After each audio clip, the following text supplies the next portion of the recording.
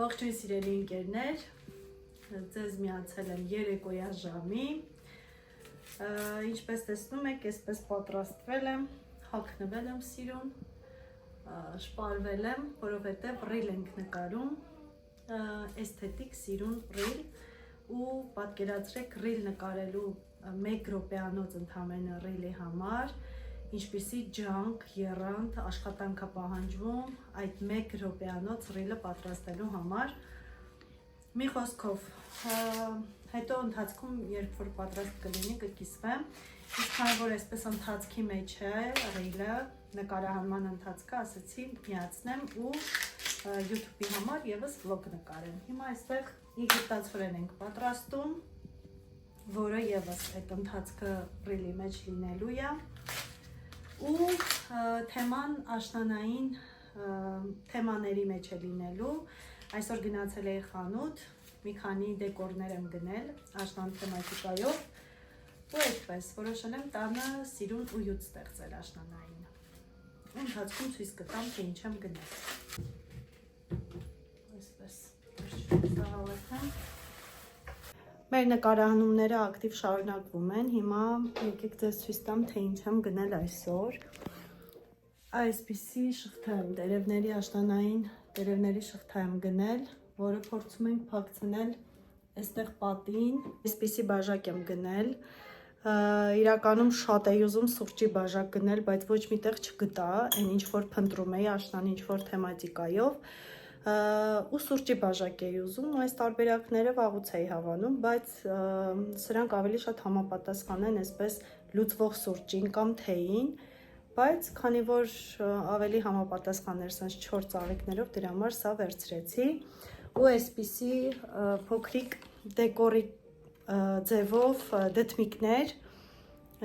շատ կուզեի, որ բնական լինեին այս դդումները, բայց գիտեք, Հայաստանում դժվար է ճարել այս նմանատիպ դդումներ, չգիտեմ, գուցեև կա, բայց ամեն դեպքում մեր տարածքում չկա, մի հատ դժվարությամբ տիկոն գտել ու բերել է, որովհետև ավելի երկարավուն են այս դդումները մեր խանութների,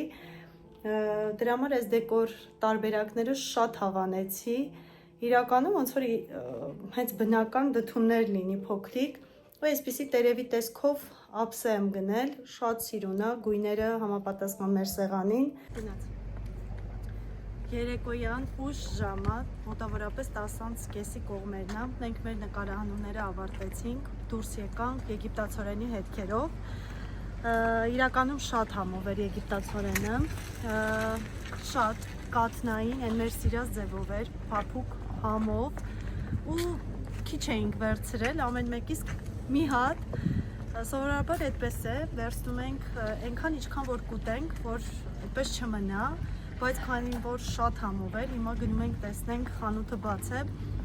որ նորից վերցնենք, իհարկե այսօր էլ չենք պատրաստի, բայց հետոյի համար հաստատ արժի։